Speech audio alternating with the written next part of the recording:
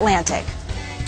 Well, right now, an investigation into what could be a disturbing case of Mexican drug violence bleeding into the United States. The University of Texas at El Paso trying to determine whether a stray bullet from a shooting in the Mexican city of Juarez, the site of so much violence recently, hit a building on campus over the weekend. Ramiro Cordero joins us on the phone. He's a spokesman for the U.S. Border Patrol in El Paso. Ramiro, can you confirm for us that this bullet crossed the border and hit a building on the campus of UTEP? Well, at this point, it's not possible to confirm. They're still doing ballistics. Of course, that's way beyond our scope. That the UTEP Police Department that's going to handle that. What I can tell you is that on Saturday, about 5 o'clock p.m., our agents heard what appeared to be gunfire.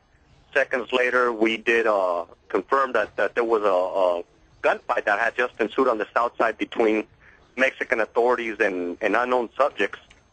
We immediately took action on that, along with our partners, the local law enforcement, El Paso Police Department, and we're able to block all traffic going into Paisano Drive, which is a highway that runs parallel to the Rio Grande River in the downtown area of El Paso.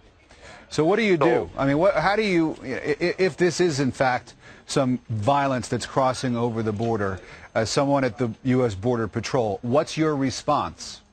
Well, immediately ensure the public safety, ensure that we maintain our borders safe. Of course, realistically speaking, nothing we can do about around making it north. There's no way to stop it. Of course, bullets don't know borders. But we were able to prevent anybody from coming into the United States and causing any harm. And that is the case. That happens in the border. You're looking at the most ruthless city in the world, just across the river from the second safest city in the nation. Call it an irony, call it whatever you need to call it, but it's the job of all these agencies working together that I've been able to get this prestige to the city.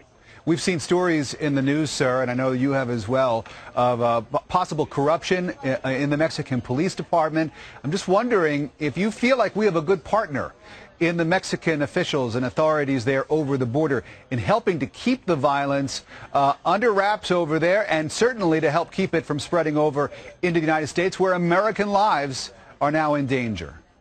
Well, we have a great working relationship with Mexican authorities. I know your concerns; that they'll always be there, but we're making great strides, and we're having great cooperation from them, not only from the enforcement and operations aspect, but also from the intelligence sharing.